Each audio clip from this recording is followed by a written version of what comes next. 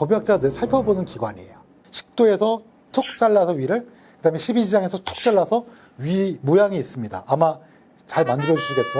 이렇게 위, 이렇게 꿀렁꿀렁. 죄송해요. 안녕하세요. 법의학자 유성호입니다. 지난 시간에는 위에서 뭐 용적이 늘어나는 거, 또 뭐라 그럴까? 법의학자는 뭘 살펴보는가? 또 비만과 관련해서 위는 어떤 역할을 하는가? 뭐 이런 것들을 살펴봤습니다. 근데 이 시간에는 뭘 할 거냐? 그러면 위와 관련된 법의학에서 사건, 특히 살인사건이 뭐가 있었는지, 이 이슈가 된 사건이 있었습니다. 그런 것들을 한번 살펴보도록 하겠습니다. 우선 가장 유명한 사건 하나 말씀드릴게요. 가장 유명한 사건은 스티븐 머레이 트러스콧, 그러니까 이름도 어렵죠. 스티븐 머레이 트러스콧이라는 남자가 있었어요. 이 사람은 1945년생이에요. 지금으로 따지면 이제 할아버지시네요. 근데 이제 1959년도에 동급생 린 하퍼라는 여학생을 자전거를 좀 태워줬어요. 그리고 어디 내려졌다고 그랬는데 그 다음날 그 린 하퍼가 살해된 채로 발견된 거예요. 그러니까 여러분 생각해 보세요. 1945년생인데 1959년에 이 일이 벌어졌으니까 이 트러스콧, 이 사람의 그때 나이가 몇 살이겠어요? 15세. 그러니까 자기 동급생 똑같은 여학생을 태워준 거야. 태워준 다음에 거기서 내려줬대요. 그랬는데 그날 밤 안 돌아오니까 그 린 하퍼의 아버지가 신고를 한 거야. 그래서 어떻게 됐냐? 수색을 했더니 그 근처에서 성폭행당하고 살해된 채로 발견된 거야. 15세 소녀가. 그래서 이제 부검을 했죠. 마지막 목격자가 누구라고요? 트러스콧. 그러니까 이제 뭐 그런가 보다 그리고 수사를 했는데 위 내용물이 나왔어요. 제가 말씀을 하나 일부러 안 드렸는데요. 위 내용물 검사하는 것 중에 하나가 사망 시각을 결정할 때 참고 자료로 씁니다. 무슨 말이냐? 여러분 소화가 얼마나 빨리 되세요? 여러분 소화가 얼마나 빨리 되는지 혹시 아시는지 모르겠지만 일반적으로 사람이 음식물을 삼킨 후에 한 10분 후부터 이제 신호가 오는 거예요. 야, 위장 운동 해야겠다 하고 위장이 먹고 난 다음에 바로 위장이 스타트가 아니라 조금 채워지면 10분 후에 꿀렁 꾸물럭 하면서 음식물이 조금씩 나오면서 완전히 비어지는 거가 기준이 죽 같은 거 먹으면 2시간 이내. 그 다음에 적당한 뭐 스파게티, 봉골레 뭐 이런 거 먹으면 4시간. 근데 오늘 안 되겠다. 오늘은 돈마호크다. 막 이러면 6시간. 이 정도로 생각하시면 돼요. 근데 문제는, 이 린하퍼가 음식물이 뭐 보고되지는 않았는데 새우와 약간의 면 종류 요리를 먹었다고 알려져 있는데 이게 음식물이 거의 소화가 반만 된 거예요. 그러니까 어때요? 4시간은 안 지났을 거고 죽은 지 한 2-3시간 전에 먹었을 거다. 근데 이제 문제가 트러스콧이 8시에 만났어요, 이 아이를. 근데 문제는 그 전에 한 1시간 전인가 밥을 먹은 거예요. 그랬는데 얘가 1시간쯤 뒤에 헤어졌다고 얘기를 했어요. 9시쯤에. 그러니까 어떻게 돼요? 잠깐만, 그러면 밥 먹은 지 2시간이나 지났네? 반쯤 소화됐겠는걸? 그러면 너랑 헤어졌을 때 죽은 거 아니야? 네가 범인 아니야? 이렇게 된 거예요. 근데 트러스콧은 아니다. 내가 헤어졌을 때 멀리서 포드 승용차가 기다리는 것 같다. 뭐 이렇게 얘기를 한 거예요. 근데 이제 배심원단은 모두 다 아니다. 이 법의학자의 말이 위 내용물을 봤을 때는 얘는 밥 먹은 다음에 한 2시간에서 3시간 이내에 사망을 한 것 같다. 이래서 결론적으로 그러면 그때 유일하게 같이 있었던 사람은 트러스콧밖에 없다. 그래서 판결이 뭐가 나왔느냐? 사형이 나왔습니다. 그러니까 15세 소녀를 성폭행한 다음에 죽였다. 그러니까 15살짜리가 사형 판결을 받은 거예요. 어떻게 생각하세요? 이거 좀 그래, 나쁜 놈이죠. 진짜 그랬다면. 그렇지만, 진짠가? 왜냐하면 얘는 일관되게 아니라고 주장한 거야. 일관되게 아니라고. 근데, 배심원은 아니야. 이놈이 맞아. 그리고 얘가, 트러스콧이 약간의 불량기가 있는 학생이었어요. 그러니까, 왜 중학교 때 그럴 수 있지 않나요? 껄렁껄렁대고 약간 선생님한테 반항하고 약간 뭔가 사고를 치고 아주 이제 모범생은 아니었어요. 그러니까 뭐 여러 가지 쟤 그럴 줄 알았다 뭐 이런 것도 좀 있었고 막 이러면서. 그런데 어떻게 되냐? 사형은 안 됐고요. 쭉 있다가 한 15년인가 살다가 가석방을 시켜줬어요. 정확히 연도는 기억이 안 나지만 적당한 시기를 살다가 가석방 시켰고, 그다음 문제가 얘가 이제 계속적으로 본인의 무죄를 주장한 거야. 근데 이제 캐나다에는 옛날 사건을 리뷰해 갖고 이게 좀 억울하다 막 이런 거를 다시 소를 제기해서 무죄를 받게 해주는 그런 게 있었는데, 아니나 다를까 이거에 대해서 4명 정도의 법의학자가 부검상의 허점이 많다라는 걸 지적하게 되고, 결론적으로는 명확히 이 아이가 이 여성을 성폭행하고 사망했다고 볼 만한 결정적인 증거가 없다는 이유로 최종적으로 2000년대 캐나다 법원은 무죄를 선고하게 됩니다. 그래서 만약에 이 트러스콧이 진짜로 무죄였다면 그 수많은 세월 동안 감옥에 있었고, 또 주변에서 캐나다는 쿨하지 않나요? 쿨할 리가 있나요? 15세 소년을 성폭행하고 죽였다 그러면 주변 사람들이 제대로 봤을까요? 직업이나 가질 수 있을까요? 학교를 다닐 수 있었을까요? 이 사람의 세월은, 인생은 어쩌면 이걸로 그대로 그 순간에 끝났을 수도 있어요. 사형 판결을 받은 걸로.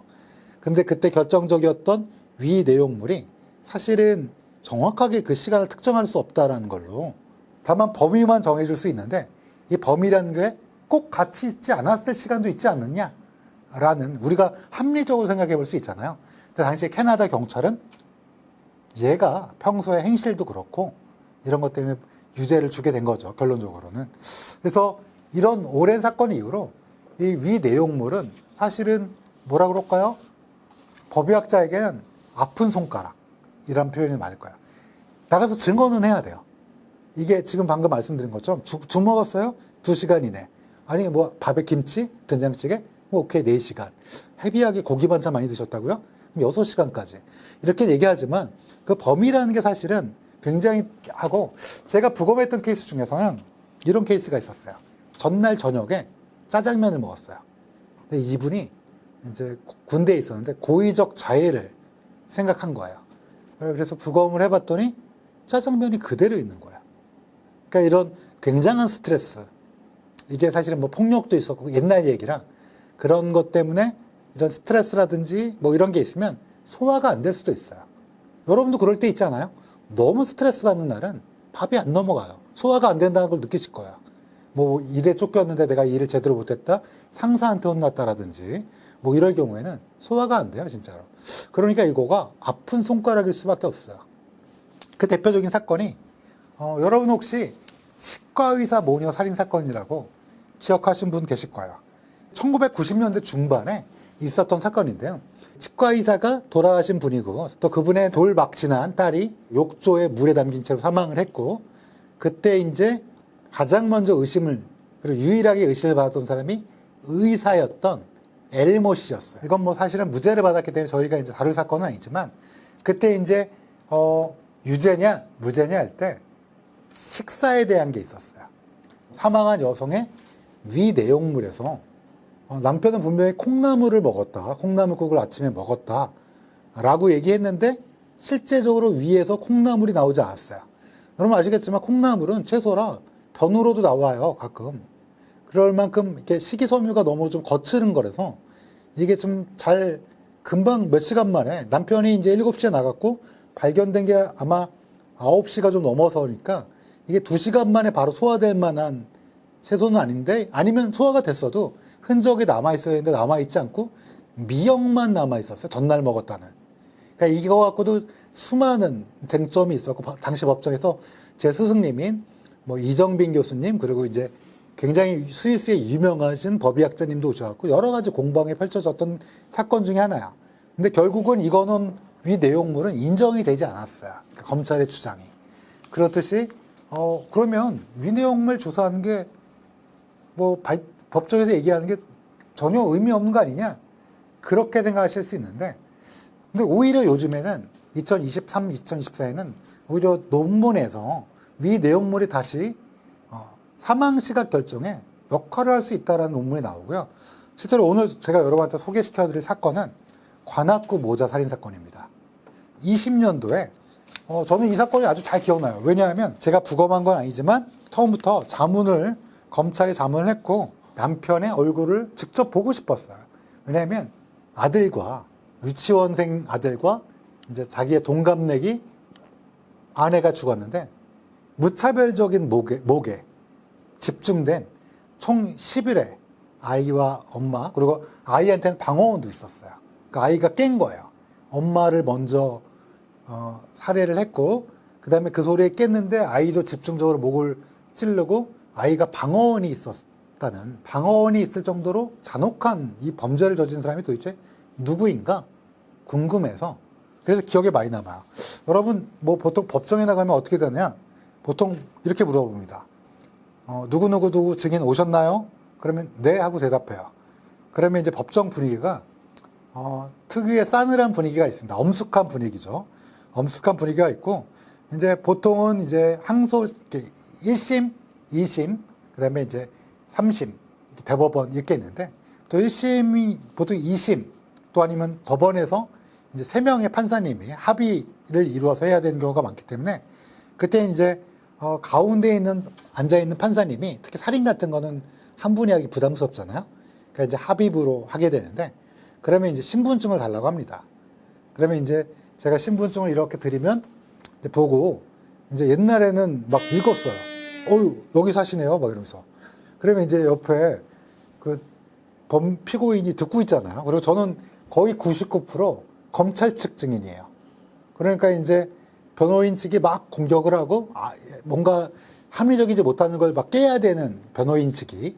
근데 이제 저 막 주소를 대고 막 이름을 대고 생년월일을 막 몇 년생 몇 월 며칠 맞죠? 막 이러면 맞긴 하는데 그걸 굳이 나이를 막 이렇게.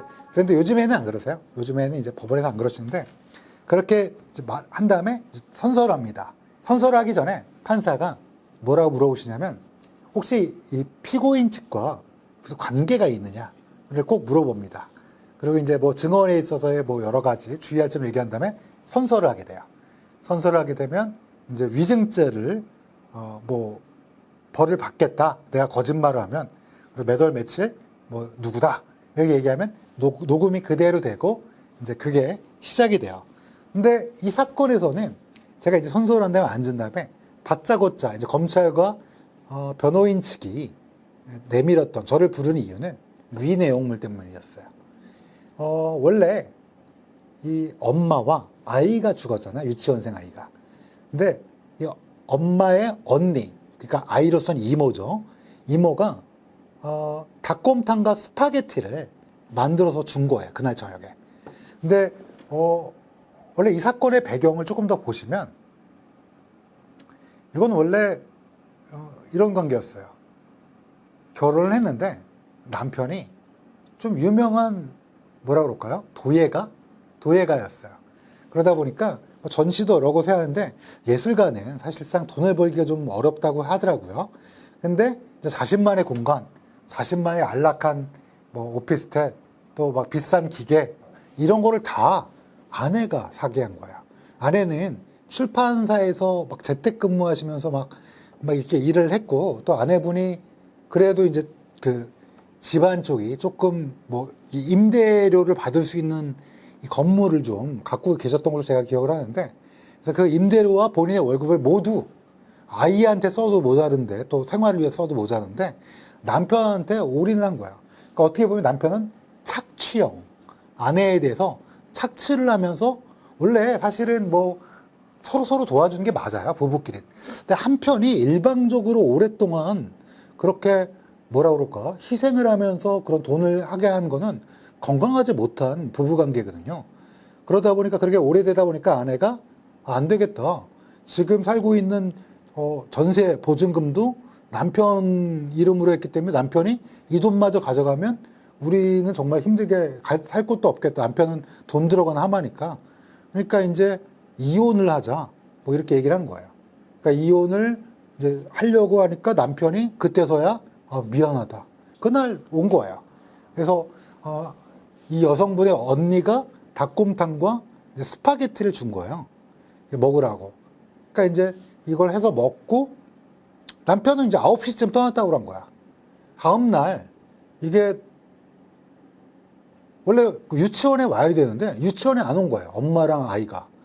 그러니까 엄마한테 유치원 선생님이 전화를 했는데 이게 안 되니까 이제 집에 그러니까 이 여성분의 아버님, 어머님한테 연락을 해갖고 이상하잖아요. 전화를 계속해도 안 받고 그러니까 온 거예요.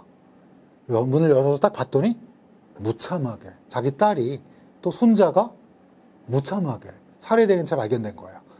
그래서 이제 이걸 남편한테 알렸는데 남편이 와서 뭐 조금 이상한 거예요. 근데 뭐 그 이상한 거에 사람 따라 반응이 너무 다르니까.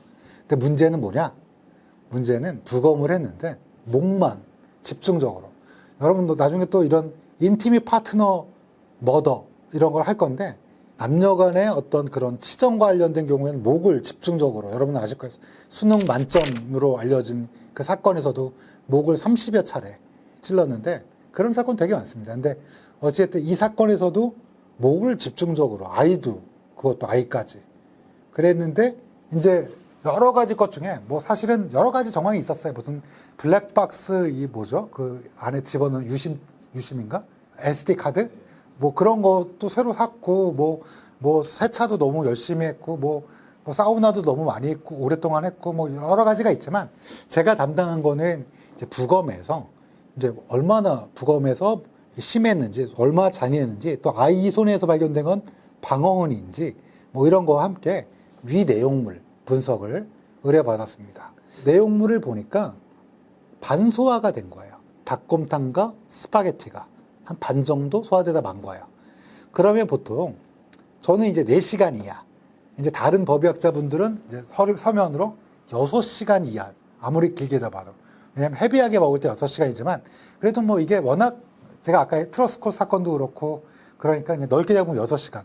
근데 저는 면 요리가 소화가 잘 된다는 거 아시죠? 그러니까 이제 뭐 이거는 보통 식사고 그럼 4시간 이하라고 했는데 제가 왜 4시간 이하라고 얘기했냐면 아이랑 엄마랑 위에 소화 정도가 똑같았어요. 거의. 근데 한 사람만 그랬다면 예를 들어 엄마 뱃속에서만 그런 게 있다 그러면 야 이거 6시간 그리고 엄마가 스트레스 받으면 또 엄마가 뭐 여러 가지 또 머리를 맞아도 또 길어지거든요. 그러니까 여러 가지 뭐 이런 걸 할 수 있는데 문제는 아이랑 엄마랑 소화 정도가 똑같은 거예요. 아이도 같이 스트레스 받을 거다. 아이도 위험이 있었을 거다. 이렇게 보기 좀 어렵잖아요.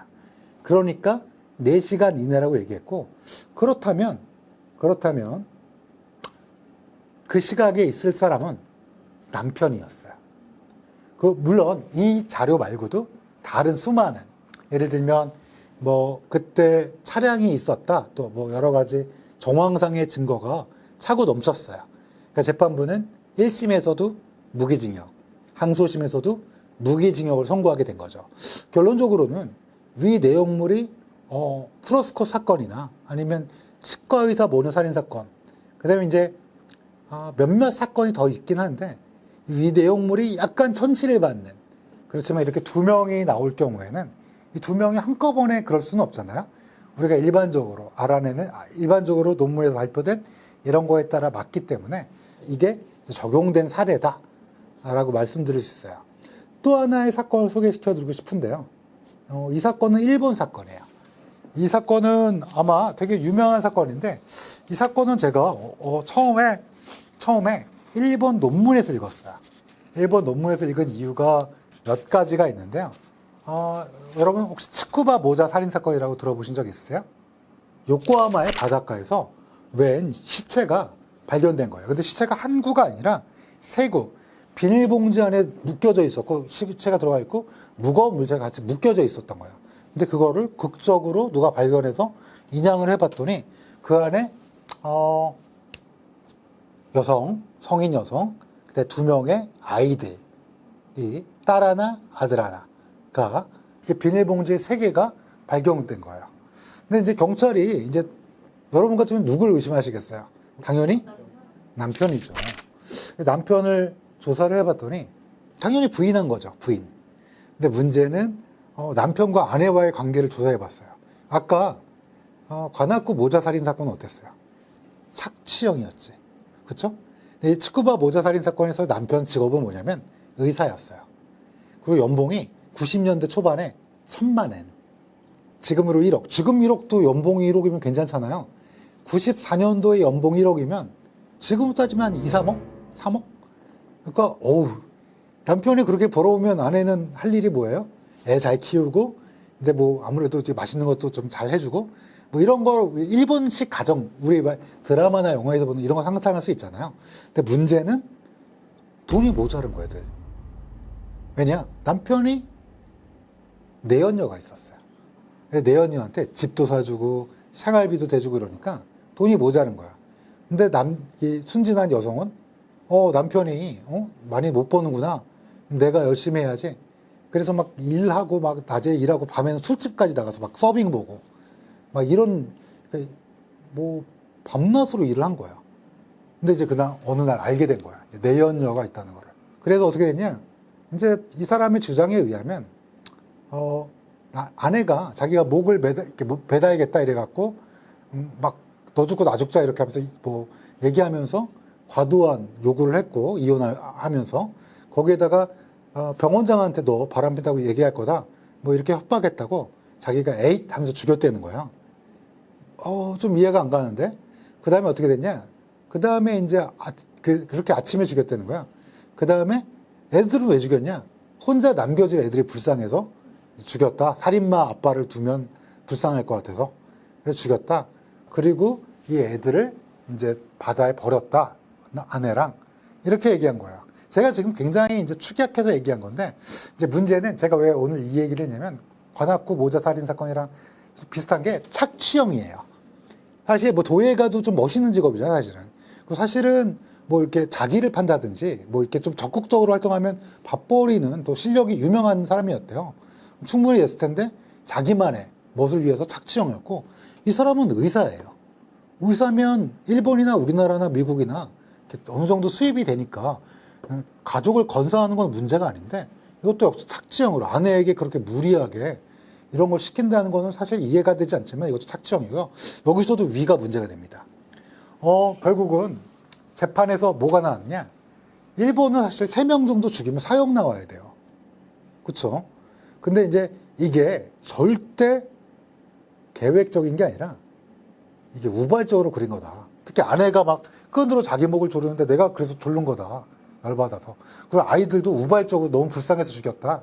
또 이해는 안 되는데 그 당시 이 사람이 의사였고 주변에는 좋은 사람이었대요. 훌륭한 의사.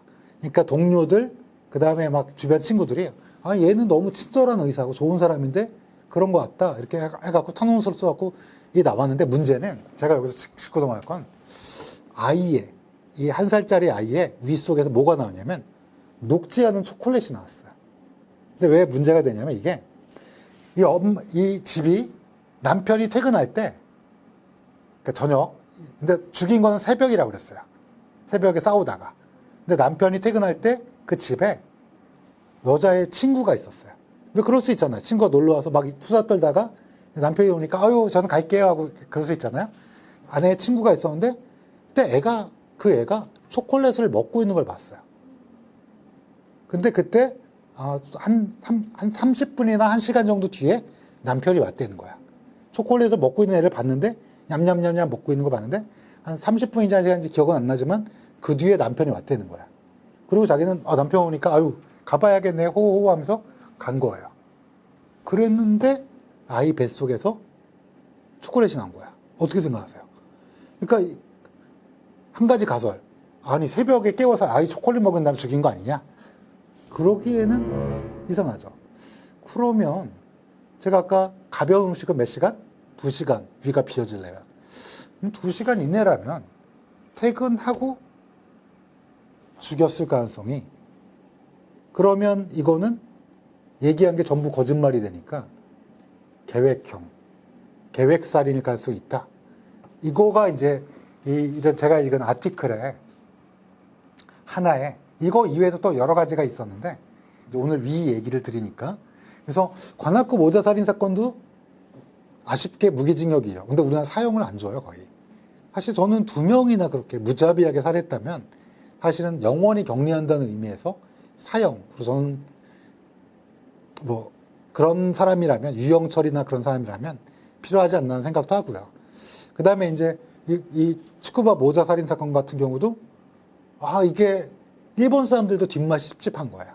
일본 법의학자도 위 내용물이 남았는데 이게 어째서 간과되었는가 재판에서 이런 것들.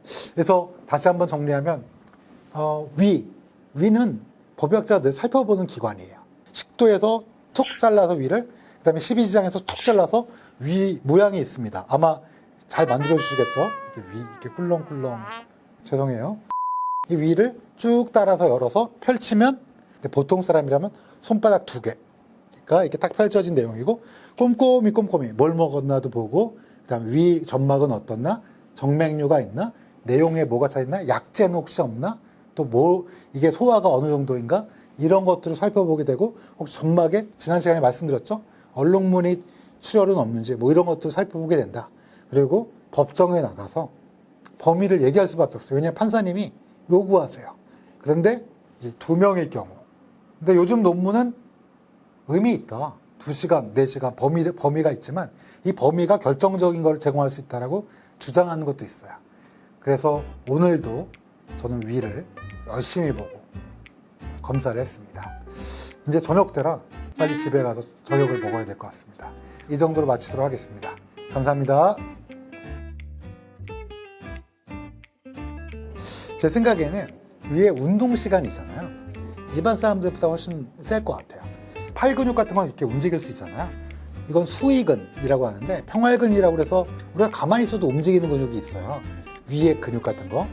근데 이런 것들이 야 빨리 소화되라 얍 한다고 이게 막 움직이는 건 아니잖아요. 근데 이제 아마 쯔양이나 이박 같은 분들은 위에 용적률도 어마어마한데 위에 속도가 뭐라 그럴까? 남들보다는 훨씬 더 타고난 유전적인 요인이라고 봐야겠죠. 그런 건데 이제 문제는 이게 아까는 말씀 안 드렸지만 나이가 들면 위의 운동성, 장의 운동성은 떨어져요. 이렇게 많이 먹고 소화 금방 되고 이거는 20대, 10대 때 누릴 수 있는 습관이라고 생각해요.